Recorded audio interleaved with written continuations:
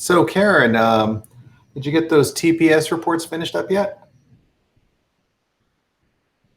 See, we're putting new cover memos in all of the TPS reports before we send them in.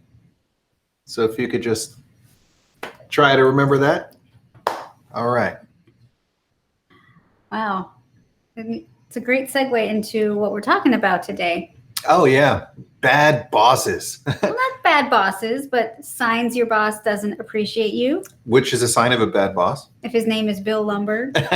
Lumberg. Well, if you've ever had a feeling of not being so appreciated in the workplace by your boss, this show is for you. We're going to talk about some strategies, how to identify them, and hopefully at the end of the day, how to feel better about your path forward.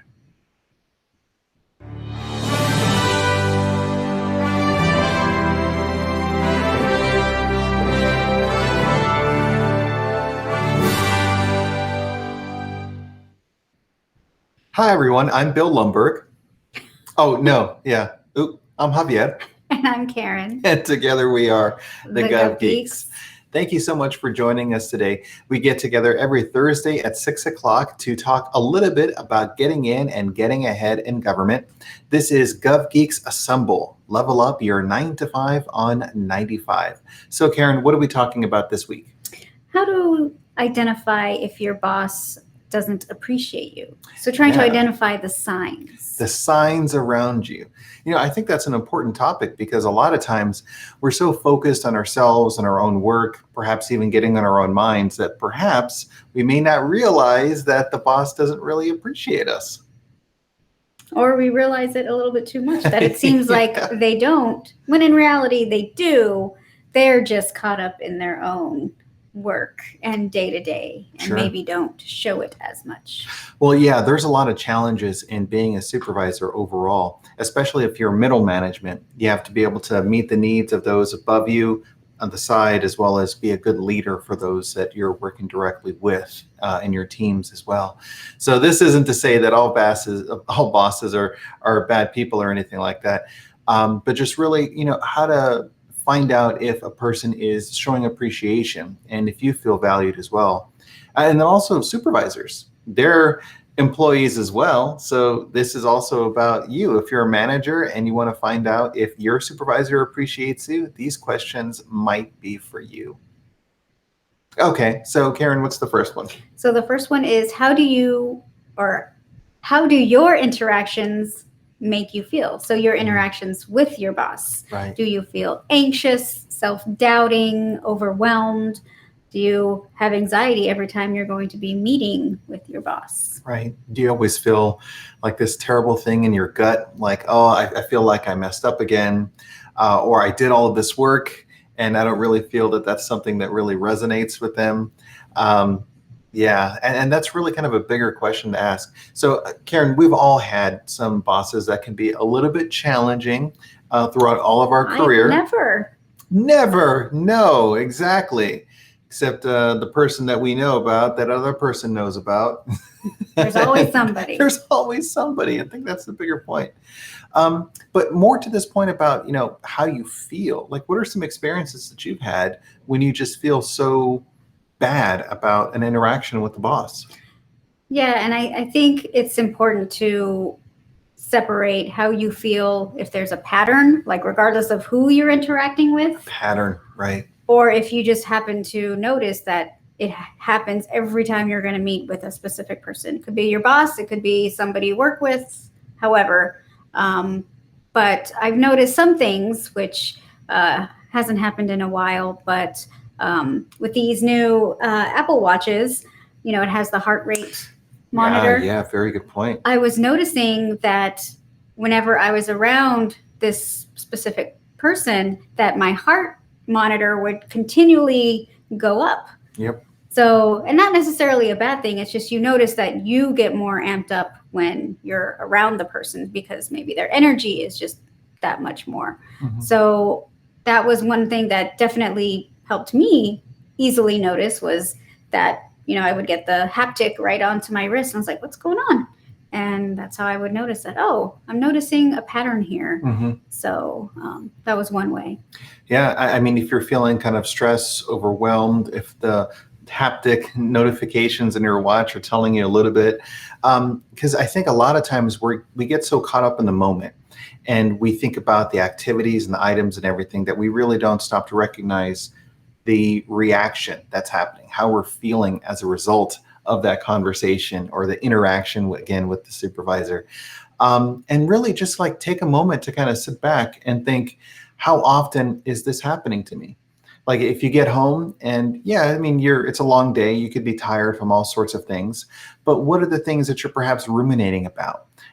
Who is it that is at the center of all of this stuff? How is it that is making you feel? If it's positive, happy, exhilarated, you want to do good things, you're excited, you're happy, you're thinking about other projects and ideas, those are all positive things.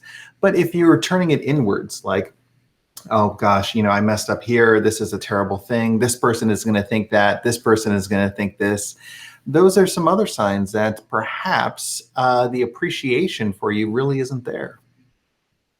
Yeah. What do you do with that information once you realize perhaps that you're recognizing that you're not feeling appreciated?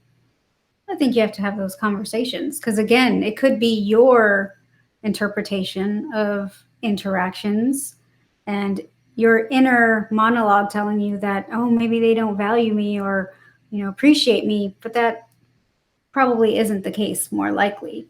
It's just having that discussion of, how can I be of service to you better? Am I meeting your expectations? And this is, of course, great discussions to have during your regular performance reviews, or, if you have touch points with your supervisor, just to make sure that you are meeting expectations. And again, communication is always the key. Absolutely. And it could be a bit challenging, perhaps even nerve-wracking. Sometimes some supervisors don't like a lot of conversation or having that type of interaction.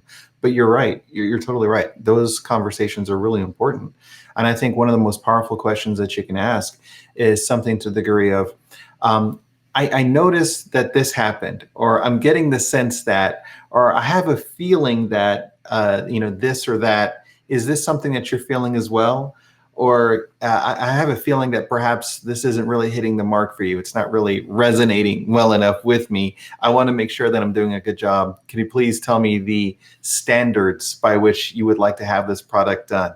Or what are your expectations? Or what is a good way to measure that we're doing well? I want to make sure that I'm helping make this product what it needs to be.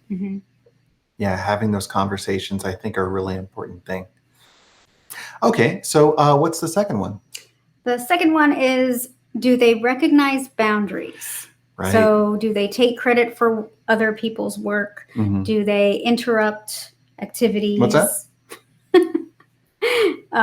Or do they contact you on the weekends or off regular business hours? Yeah, I remember on a regular basis. On a regular basis.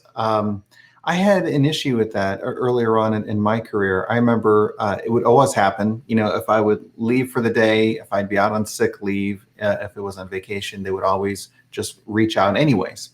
And I think it got to a really interesting point once where I was visiting you in the hospital.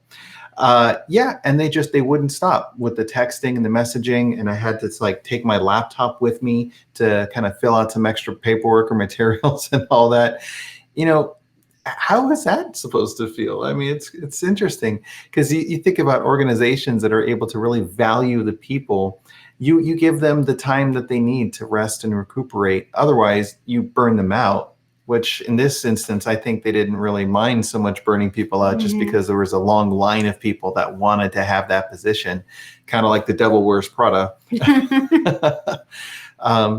But yeah, so I mean, how do you manage your boundaries with supervisors? That's a good question. I think I do struggle with that a little bit because I tend to work outside of, my regular hours just because stuff that needs to get done. And sometimes I have some downtime that I can do it. I think I have better boundaries, I would hope, with my direct teammates where okay, it may be 11 o'clock and I'm emailing you, but this does not need action right now. It's just I wanted to kind of make sure that I got it, out of my head and in an email while I was thinking of it. But it sounds like you had the conversation with them that just because they get an email at 11 o'clock doesn't mean that, they need to reply. Right, or on the weekend, right? Unless there is an urgent matter that, yes, you do need to take action. But most of the time, it's just trying to catch up. Right. So I think there's that. And I know, like, with my supervisors, I think I've been very lucky. So can't complain too much, but it's just work needs to get done. And we know that. But at the same time, I think one of the best things one of my supervisors told me was they can quickly, replace your position if you're no longer there. However, your family cannot easily replace you. Your supervisor wasn't telling you that, they could replace you easily. No. No, and I didn't take it that way at all. It was just, keep that in perspective. Like if you're gone, they'll replace you in a second. Yep. But if you're gone, your family cannot. So again, just keeping things in perspective, which I thought was great, and that has stuck with me. Absolutely. I think that makes a lot of sense as well. Yeah. Other strategies, you could have like your weekly check-ins or whatever timelines that you're meeting with them. You could also have reports and materials that you provide to them on an ongoing basis, like status updates. But make sure that they're brief, to the point, perhaps bulleted. Include some information on updates for like annual leave, sick leave, things like that. Heads up, this week this is going to happen. Anticipate that you're going to get asked for this at this time, or hey, we're still waiting for a response on these items. Some sort of a way to kind of help manage the assignments and the activities that's going on. And understand how and when they like to receive information. Of course, yeah. And I think that's the biggest thing. How is it that they would like to? It's again going back to not the golden rule, but the platinum rule, where don't treat others how you want to be treated, but treat them how they want to be treated. Right. I may want a spreadsheet with every single piece of information in the universe, but maybe some other person wants a nice quick snippet and a picture that shows that information. Right. Exactly. And then follow up with whatever conversations and you have a little bit more time.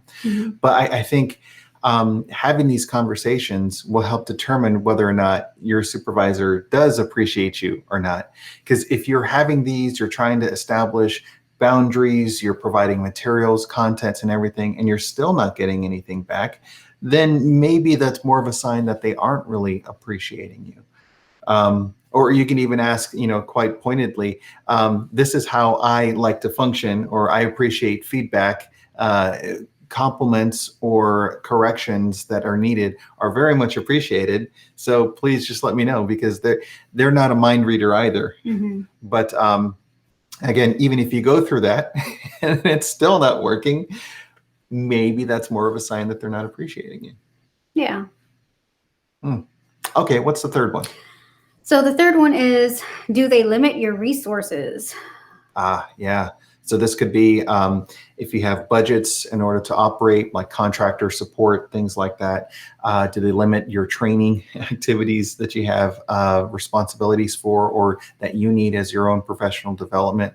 Do they add more and more to your workload and they give you less time to do all of the assignments? I would say taking away resources, which again, we're in the federal government. We deal with budget cuts constantly and having to reduce staffing and all sorts of stuff. So, I mean, unfortunately, it's a part of the job often as a manager, where you do look at funding and you're like, oh, we can't pay for this. We can't pay for this training.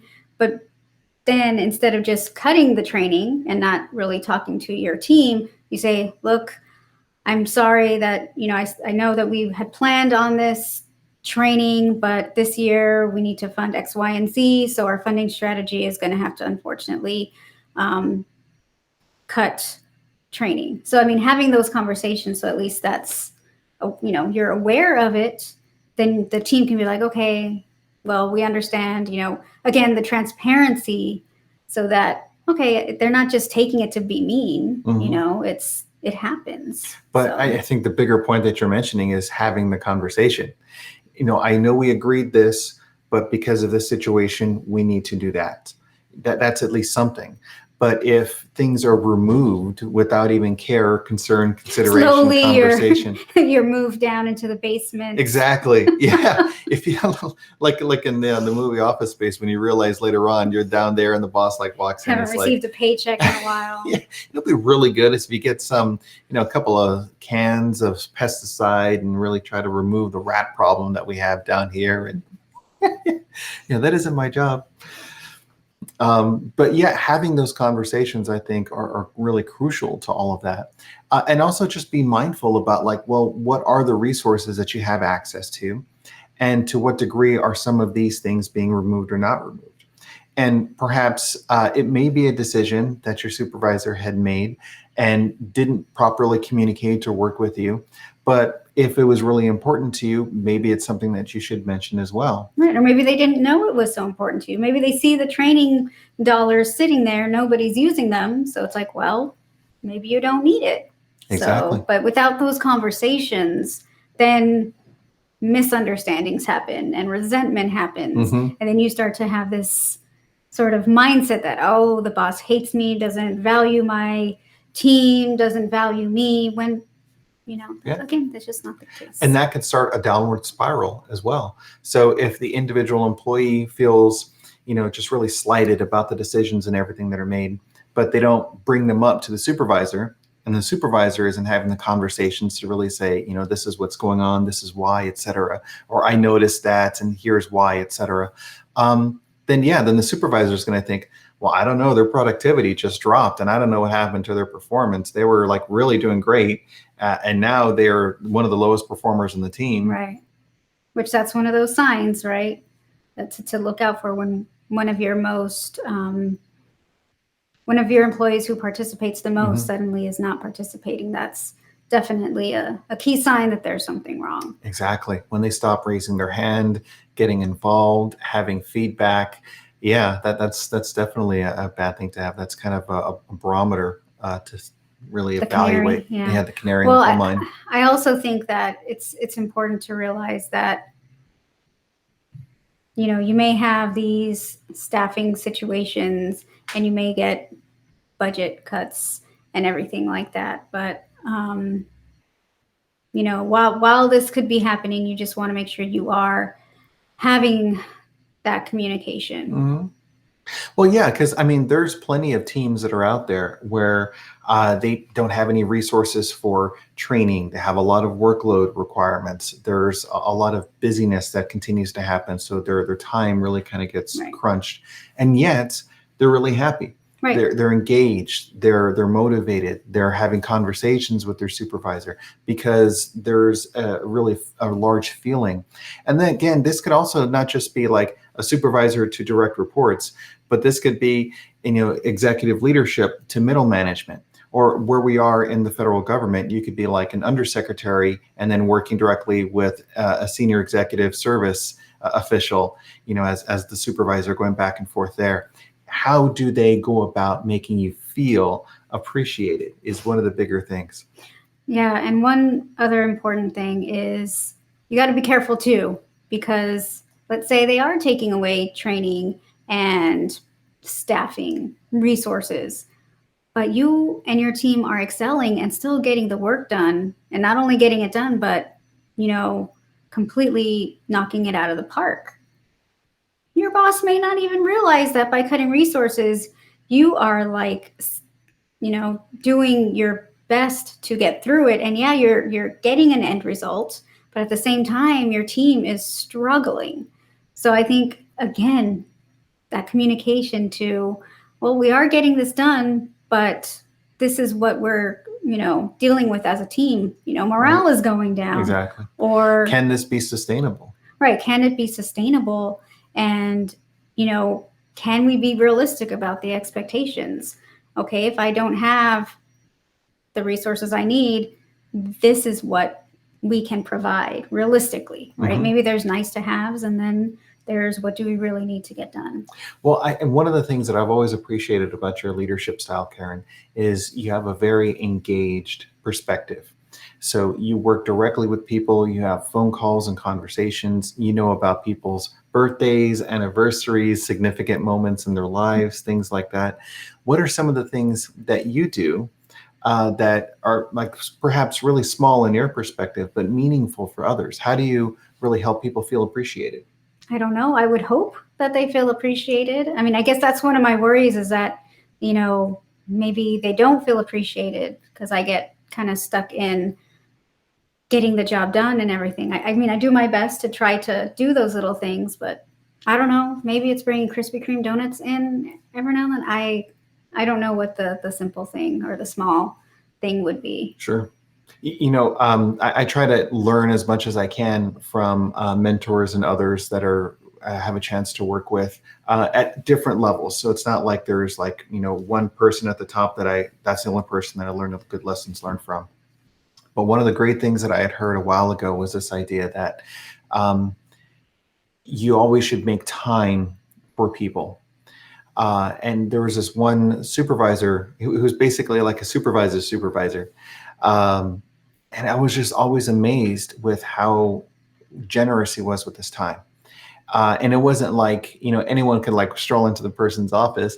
He made time on the calendar. If there was an important issue, it was scheduled, time was made available. He scheduled time in his calendar to make sure that he used that to walk around, say hi to people, hear about different things. That's incredible. Yeah. Like I can't even. And I think a couple of other supervisors that I had that did the same thing, they plan their day where they intentionally get in super early when no one else is around. They push hard to make sure that they get all of their stuff done. And that allows them the time and flexibility to then do all of that stuff later on as well. So it's no wonder why they're working over 40 hours a week. But Right. the happiest people are just come from that. Yeah. That's one of the things that I've seen personally. Yeah, and I know I do struggle with that. Just I put time on the calendar too, but then oftentimes that time gets taken up and you know balances out as far as like, well, I got to go to that meeting. I can't go do my walking around like I used to. It's Right. just definitely getting different. harder and harder to do that. But I think hopefully it's at least the reach outs, just to check in on people. I did hear like there are some people who do not necessarily performance check-ins, but actually just checking in on somebody like, hey, Wellness check-in. yeah, wellness check-in, which I Mhm. thought that was really neat.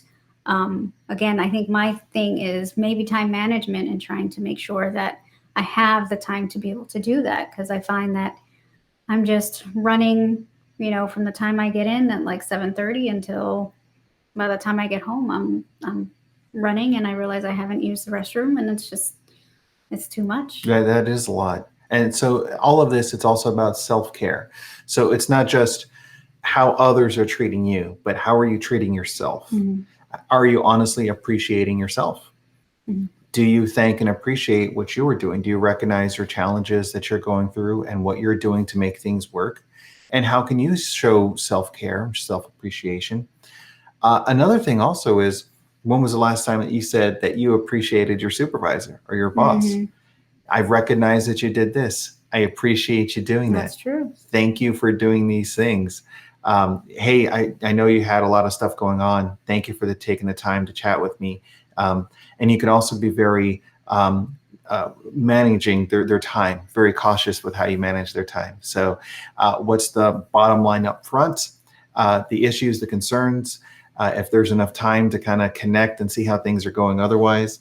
And then just, making other comments like, I recognize that you're doing a lot of stuff. I see that you haven't taken off some time in a while. I hope that you are able to find some time to spend some time with your family or do things that are important to you. Hmm. Yeah, that's a good tip. Show your appreciation. Yeah. Aside from what is it? National Bosses Day. Is there a National Bosses Day? Yeah. There you go. Okay.